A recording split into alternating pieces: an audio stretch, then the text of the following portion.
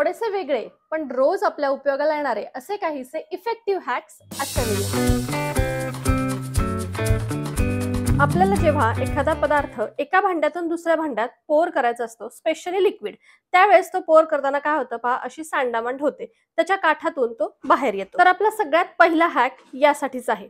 तर पोर करताना आपण काय करायचे, एखादी अशी पाईप घ्यायची, नसेल तर चमचा वगैरे घेतला तरीही चालेल, आणि या कपाचा किंवा त्या भांड्याचा जो काठ असतो ना, तो त्या पाईपला चिटकवायचा आणि मग नंतर तो पदार्थ ओतायचा। अशा पद्धतीने जर आपण पोर केलं तर अजिबात सांडामांड होणार नाही। संपूर्ण जो पदार्थ असेल, जे लिक्विड असेल, ते दुसऱ्या भांड्यात व्यवस्थित ओतलं जाईल। आजूबाजूला सुद्धा काहीही सांडामांड होणार नाही। एकदा ट्राय करून नक्की पहा। अशा ज्या आपल्या खाद्यपदार्थांच्या प्लास्टिकच्या बॅग्स असतात किंवा आपले खाऊचे पॅकेट्स असतात, ते ओपन केल्यानंतर बंद करायचं थोडंसं अवघड होतं, कारण अशी नुसती गाठ मारली तर त्यामध्ये मुंग्या किंवा हवा जाऊ शकते आणि ते पदार्थ खराब होतात। तर हे पदार्थ व्यवस्थित, ह्या पिशव्या व्यवस्थित बंद करण्यासाठी आपल्याला इथे प्लास्टिकच्या बॉटलचा हॅक वापरायचा आहे। तर इथे काय करायचं, आपल्याला ही प्लास्टिकची बॉटल पुढून थोडीशी अशी कापून घ्यायची। आपल्याला सुरीच्या साहाय्याने सुद्धा लगेचच कट केली जाते, किंवा मग कात्री वापरा आणि अशा पद्धतीने त्याचे 2 भाग करून घ्या। आता इथे जो झाकणाकडचा भाग आहे, हा आपल्याला लागणार आहे। तर याचं झाकण ओपन करून घ्यायचंय आणि ही जी आपली प्लास्टिकची पिशवी आहे ना, ती यामध्ये अशा पद्धतीने घालायची आहे आणि अशी वरती काढायची आहे त्याच्या झाकणाच्या साईडनं। आणि पहा, इथे हे जे वरचं जे तोंड आहे या बॉटलचं, त्याला पुन्हा आपण हे असं झाकण पॅक लावून टाकणार आहे। अशा पद्धतीने या प्लास्टिकच्या पिशव्या आपण अगदी छान हवाबंद एअरटाईट करू शकतो। आतमध्ये मुंगी सुद्धा यात जाणार नाही। पहा, उलटी करून सुद्धा मी पिशवी दाखवते तुम्हाला, अजिबात हे झाकण निघत नाही की आतला पदार्थ आपला सांडत देखील नाही। आणि यातून हा पदार्थ काढणं सुद्धा अगदी सोपं आहे। फक्त कॅप ओपन करायची आणि तो पदार्थ पोर करायचा। म्हणजे पहा, इथे हा हॅक आपलं एक कंटेनरचंच काम करतोय। तर त्यामुळे आपल्याकडे ज्या रिकाम्या प्लास्टिकच्या बॉटल्स असतात, त्या शक्यतो जपून ठेवायच्या। अशाच प्रकारच्या वेगवेगळ्या कारणांसाठी आपल्याला त्याचा उपयोग होतो।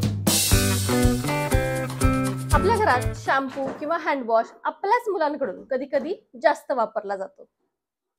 म्हणजे काय होतं, हे जे नोझल असतं ना बॉटलचं, त्याच्यामध्ये हा जो गॅप दिलेला असतो ना, तो जर आपण संपूर्णपणे प्रेस केला तर त्यातून खूप सारं लिक्विड बाहेर येतं। हे पहा, अशा पद्धतीने।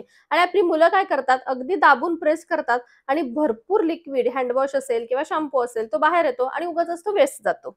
तर त्यामुळे आपण इथे एक हेअर बँड यूज करायचा आहे। थोडासा जाडसा हेअर बँड घ्यायचा आणि पहा, या नोझलच्या खाली अशा पद्धतीने तो असा गुंडाळायचा आहे आणि इथली बरीचशी जागा त्यांनी कव्हर करायची। आता म्हणजे काय होईल, ज्या वेळेस आपण हे नोझल वरून प्रेस करू त्यावेळेस ते जास्ती प्रेस होणारच नाही। तर पहा, आपण इथे डेमोज बघूयात। तर आता मी हा हेअर बँड लावलेला आहे, यानंतर आता हे नोझल मी प्रेस केलं तरी पण पहा, अगदी थोडासा शॅम्पू यातून बाहेर पडतो आहे।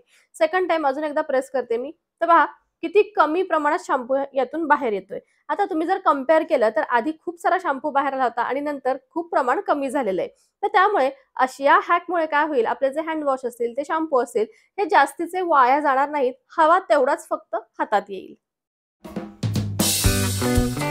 हॅक नंबर 3 आपल्या वॉर्डरोब संबंधी आहे। तर पहा, जनरली पॅन्ट आपण हँग करताना ती अशा पद्धतीने हँगरवर टाकतो आणि ती हँग करतो। पण अशा पद्धतीने हँग केली तर काय होतं, ती पॅन्ट अशी जरा जरी ओढली तरी सुद्धा खाली सटकते, किंवा अगदी कापड जर सुळसुळीत असेल तर ती आपोआपच या हँगरवरून खाली सटकते।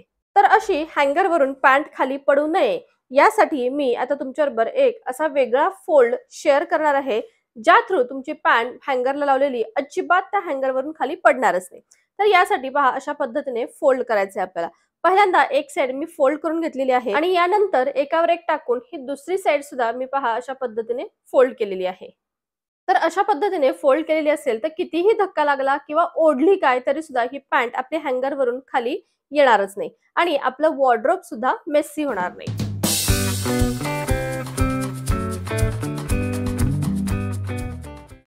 या पुढचा हॅक आपला नेल कटर संबंधीचा आहे।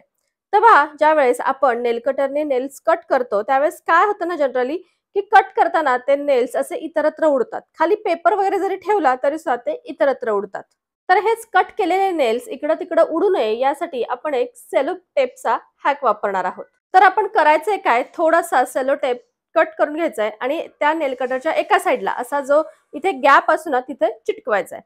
तर दुसऱ्या साइडला देखील असाच सेम सेलो टेप कट करून घ्यायचा आहे आणि तो चिटकवायचा आहे।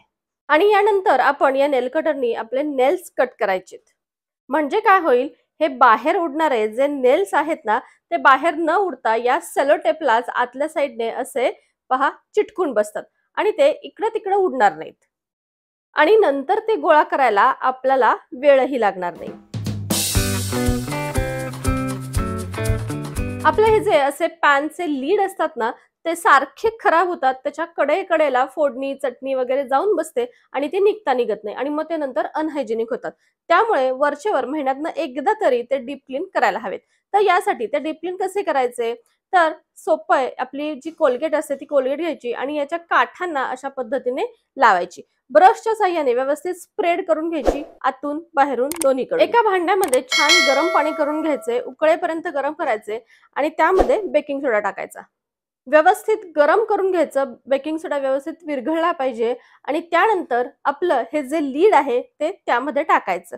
अर्धा तास छानपैकी असं भिजत ठेवायचं. इथे ग्लास बंद केला तरीही चालेल. फक्त गरम पाण्यात अर्धा तास ते भिजत ठेवायचं.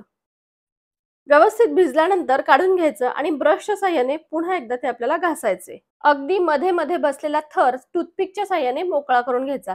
भिजल्यामुळे अशा पद्धतीने तो पटापट मोकळा होतो आणि आपलं पॅन लगेच स्वच्छ होतं. तर पहा, धुवून घेतलंय मी अगदी व्यवस्थित आणि एकदम स्वच्छ झालेला आहे.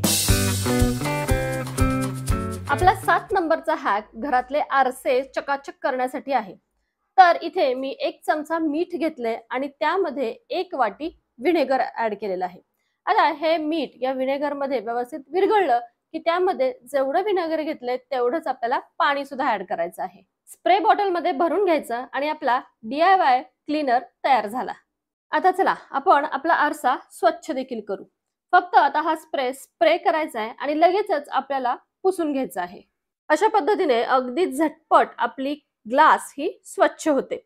आता तुम्हाला जर अजून खराब वाटत असेल तर पुन्हा एकदा स्वच्छ पाण्याने एकदा पुसून घ्या, म्हणजे आणखी स्वच्छ दिसेल. तर मैत्रिणींनो, यापैकी कोणते हॅक्स तुम्हाला आधीच माहित होते?